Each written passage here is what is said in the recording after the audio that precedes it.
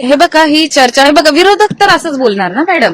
विरोधकाला तेच आहे ना की आम्ही जिंकलो आहोत. विरोधकाला कुठेतरी त्रास होणारच ना. आणि बघा जर आम्ही संपर्कात असून पण जे खालचेच लोक हे पसरवतात ना मॅडम, हा तर कॉमन सेन्स आहे. चला पासून तुम्ही नॉट रिचेबल आहात, नेमकं तुम्ही कुठे होतात, आता भेट घेऊन नेमकं काय सांगाल? हे बघा मी देवदर्शनासाठी बाहेर गेले होते आणि मला थोडा येण्यासाठी उशीर झाला आणि बाहेर असल्यामुळे मी नॉट रिचेबल होते.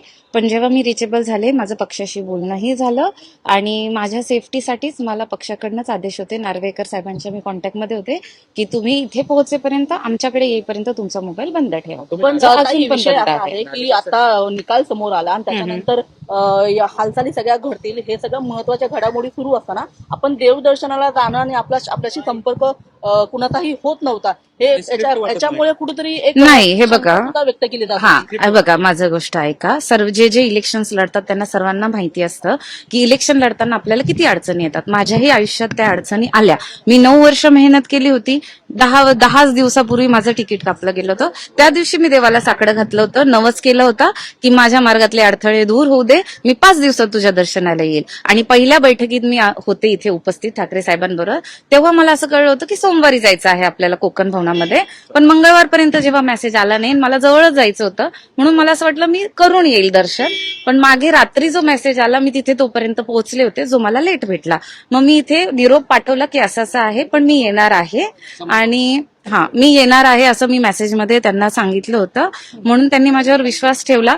जसं मी संपर्कात आले मला आदेश मिळाले की तुम्ही पहिले मोबाईल बंद करा, इथे वातावरण वेगळं झालं आहे, पहिले आमच्या संपर्कात या, आम्ही सांगू तेव्हा तुम्ही मोबाईल ओपन करा. म्हणून आम्ही रात्री पोहोचल्या नार्वेकर सरांच्या घरी पोहोचलो.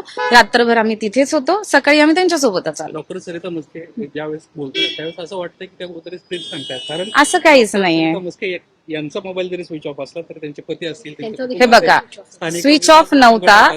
ऐका माझं, तुम्ही जेव्हा कॉल केला असेल कदाचित तेव्हा स्विच ऑफ असेल. आमचे जे आहे उपशाखा विभाग प्रमुख उतेकर साहेब आहेत त्यांच्याशी बोलणं झालं होतं. सांगळे साहेबांशी पण बोलणं झालं होतं, डॉक्टर साहेबांचं, माझं नाही. त्याच्यानंतर आम्ही दोघे पूजेला बसलो होतो. तेवढ्याच काळापुरतं आम्ही नॉट रिचेबल होतो. पण तोपर्यंत बऱ्यापैकी बातमी सगळीकडे पसरली होती आणि आमच्यासाठी हा निर्णय घेतला गेला पक्षाने. एकनाथ शिंदे यांच्या शिवसेनेतून आला होत्या, नाही एकनाथ शिंदे यांच्या शिवसेनेतून तुम्ही अगदी इलेक्शनच्या काही दिवसांआधी ते पक्ष प्रवेश केला, आल्याने तुम्हाला तिकीट दिली आणि त्यामुळे तुम्ही पुन्हा एकदा त्यांच्या संपर्कात गेल्याची बिलकुल नाही. हे बघा ही चर्चा हे बघा विरोधक तर असंच बोलणार ना मॅडम. विरोधकाला तेच आहे ना की आम्ही जिंकलो आहोत. विरोधकाला कुठेतरी त्रास होणारच ना. आणि बघा जर आम्ही संपर्कात असून पण जे खालचेच लोक हे पसरवतात ना मॅडम, हा तर कॉमन सेन्स आहे. चला 100% मी ठाकरेंसोबत होते आहे आणि त्यांच्या बरोबरच राहणार. धन्यवाद. No comment. आता चालले आहे मैं अभी जा रही हूँ नोंदनी करने के लिए और जो मैंने कमेंट किया है उसमें कोई स्क्रिप्ट नहीं है. जो मुझ पे बीत रही है मैं जानती हूँ और मैं पक्ष के कनेक्शन में थी, नार्वेकर सर के कनेक्शन में थी और मैं वापस भी आई हूँ. एक दिन में 5 घंटा नहीं पहुंच पाई तो विरोधक तो चाहेंगे ना कि कहीं ना कहीं से मेरी बदनामी हो.